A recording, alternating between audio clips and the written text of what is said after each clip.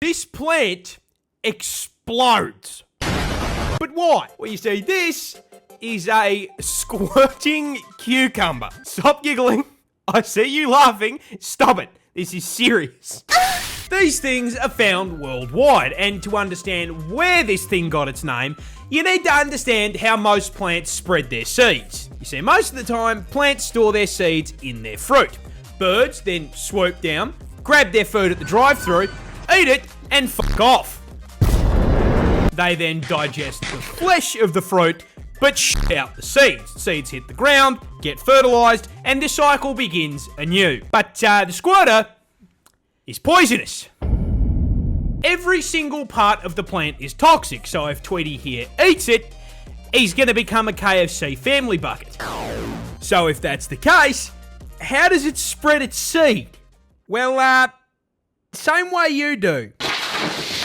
You see, the cuke stores its seeds in the fruits as well, but the fruits are made up of very soft cells, and as they grow, they slowly fill with moisture. This moisture causes them to swell and inflate, increasing pressure on the inside of the fruit. That pressure builds.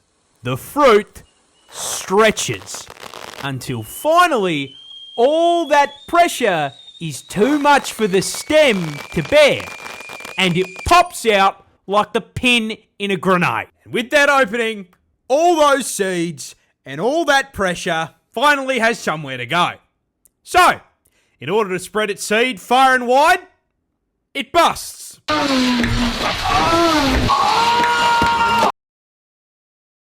This tiny bird killed a man. But how? Well, you see, this is an Australian magpie. And why, yes, it is found in Australia. How could you fucking tell? But despite sharing a postcode with all the other Dark Souls enemies down here, they're actually pretty chill little guys. They got no poison, they aren't hiding a mouthful of teeth, and considering they're the length of a ruler and weigh less than a kilo, they can't pick you up and fly off with you. On top of that, they're actually really intelligent and often will form bonds with people who feed them. Most of this, however, immediately gets thrown out the window during the magpie's nesting season. Or, as it is better known down under, fucking swooping season. See, because half of our wildlife would gladly turn magpies and their eggs into KFC, the second they build a nest, a switch flips in their brain and every single fibre of their being is devoted to aggressively defending the nest like they're a unit in a fucking tower defense game. Because if you step within around 50 meters of it, they will lock onto you and dive bomb you at Mach 5 and try to peck your eyes out over and over and over again until they run you off. And this behaviour is how in 2019, magpies caught a fucking manslaughter charge. Guilty? Yeah, one day a 76-year-old man was riding his bike through a park in Wollongong. A park that contained a magpie nest.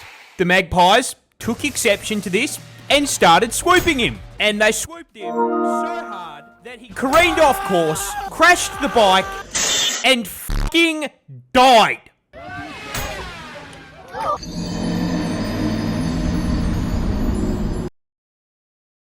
This spider throws its webs. Yeah, that creepy thing is an ogre-faced spider. And as with most affronts to God, yes, you can find them... Say the line, Bart! ...in Australia. Yeah! And the reason it's got web slingers is its unique method of hunting. You see, most web-spinning spiders use those webs to fucking camp, spinning it between a few branches and then falling asleep waiting for a fly to clothesline itself before casually wandering over to suck its guts out like a smoothie. By contrast, ogre faces basically pull fucking trick shots, because instead of shooting that sticky white stuff all over the walls, they shoot it on their hands. See, you may have noticed that this thing is built like an 8-legged Slender Man, and that is by design, because they start a hunt by spinning a web between their forelegs. Then, they will lower themselves from a nearby branch and just kinda hang upside down in the air, doing their best stick cosplay. Then, when something makes the unfortunate mistake of getting too close, it will lunge downwards, spread its legs, wrap the bug up in a net, and then fucking yank it away into the air like it's hitting fucking Spider-Man pull-offs in Rivals. Crack the whip. And because this is an Australian animal, that insect burrito would not be complete without a healthy injection of venom. And then they fucking eat it. Think about how fucking scary that is from a human perspective. Walking down the street at night, some cunt hits you with a rope and you're just fucking gone.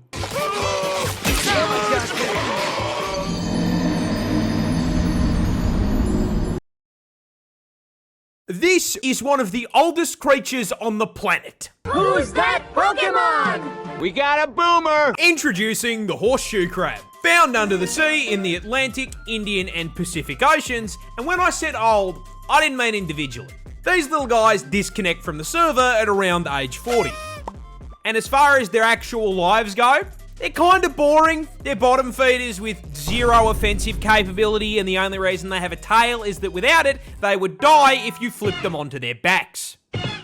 No, when I say old, I mean as a species, because these things are walking fossils that have been running the exact same basic ass build, completely unchanged, for millions of years.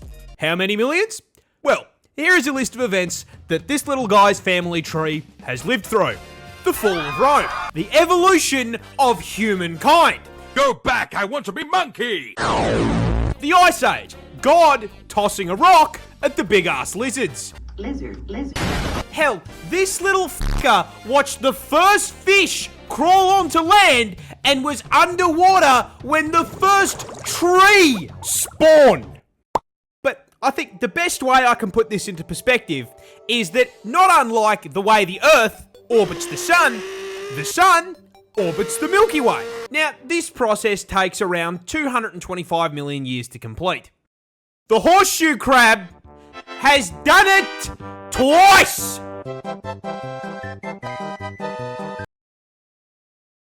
This fish will choke you.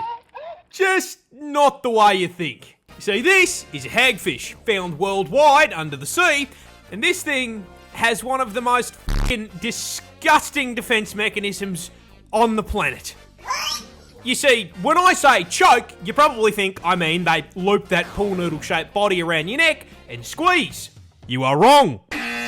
No, these guys are piss-weak scavengers that average out to about the size of a Subway footlong, and despite having a fucking face hugger for a mouth, their main defense mechanism is, busting.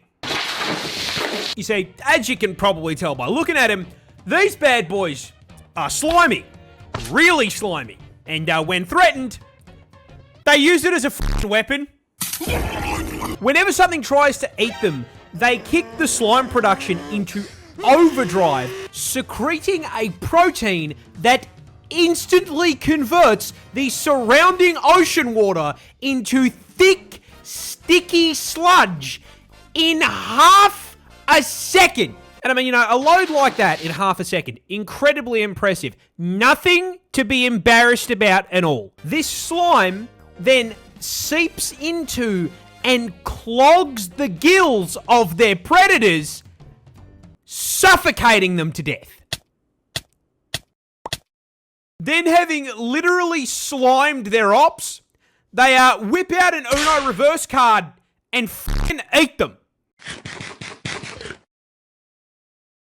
This is the world's most useless fish. You stupid. They're not. Yeah, mate, that aquatic pancake is a mola. Found wasting its life in oceans around the world, and a contender for the most dog shit fish build in the 7 seas. You see, these things are huge, measuring at 4 meters from fin to fin and absolutely atomizing the scales at 2,300 kilos, putting it firmly in the same weight class as a fucking F-150.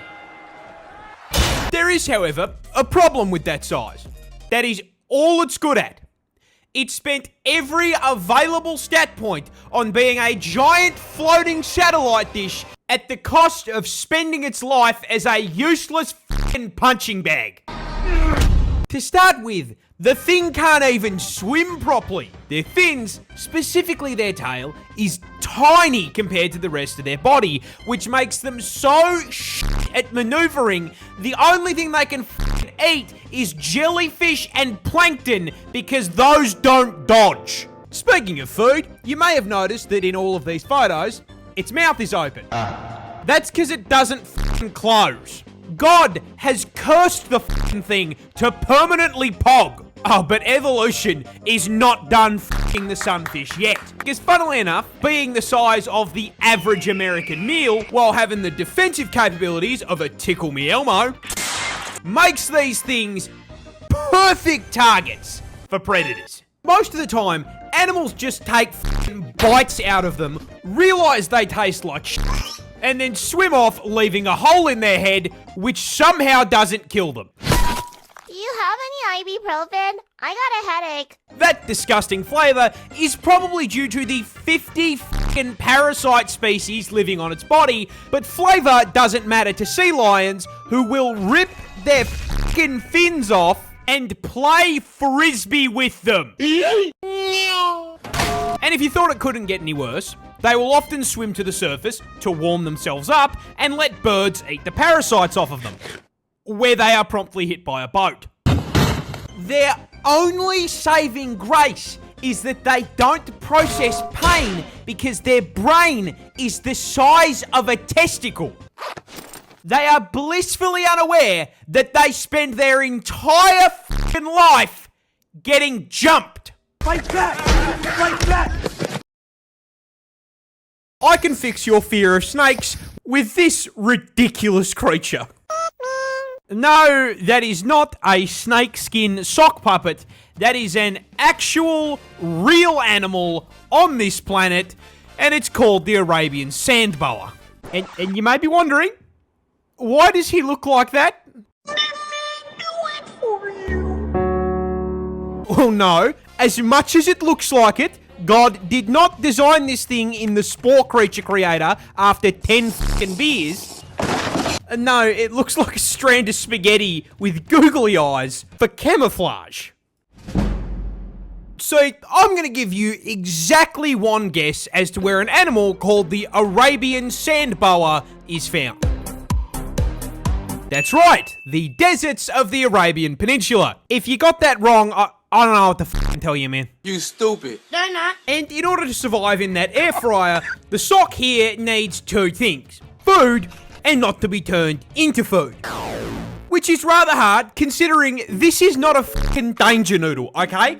This is a defenseless noodle. Help me. It is only 15 inches long, it has no venom, and the bite of an old lady without her fucking dentures in. So how does it survive? Simple. Digs a fucking hole like a Night 1 Minecraft player. See, they're nocturnal, so during the day, they bury themselves completely in the sand, which allows them to take a nice little nap without getting snatched up by a fucking bird. Then, once night falls, those fuck-ass eyeballs finally serve a purpose beyond looking ridiculous. And that purpose is to sit just above the sand like a submarine periscope and scan for food. They then just wait for a mouse or lizard to get close before this vicious creature pops out of the sand like the worms from June and eats it. I'm sorry, I find the idea of this stupid fucking snake killing anything so funny. Like, just imagine the last fucking thing you see before ascending to the pearly gates is fucking that.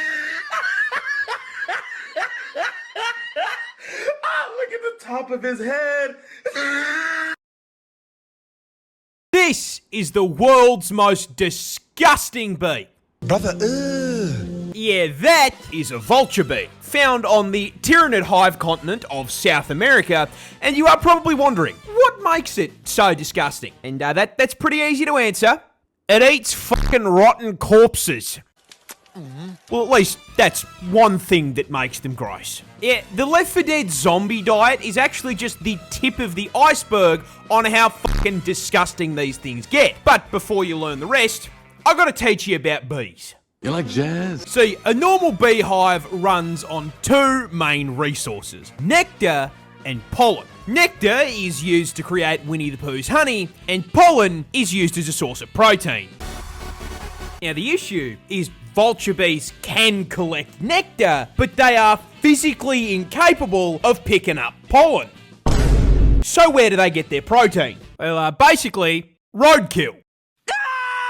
Instead of flying around and looking for a lovely floral arrangement, vulture bees will surf the skies until they spot a rather delectable looking maggot-ridden corpse, which they will then cave dive inside of through the fucking eye sockets. Oh yeah, I told you they got grosser, and this isn't even the worst bit. Because once they're inside, they treat your fucking corpse like the deli at the supermarket, rooting around for the cuts of meat that they're after. But for the same reason they can't carry pollen, they can't just take the fucking meat out in a shopping trolley. No, what they do is scarf down the stacks of rotten flesh like a Minecraft player who's run out of food, fly back home, walk through the front door, and vomit it into another bee's mouth. Okay, well, not straight into its mouth. They're not savages. It goes into a bowl first. And then another bee eats it. And mixes it with spit and nectar to turn it into a meat sludge that gets eaten by the other bees. Yeah, I hope you weren't planning on eating anything anytime soon. Who wants chowder?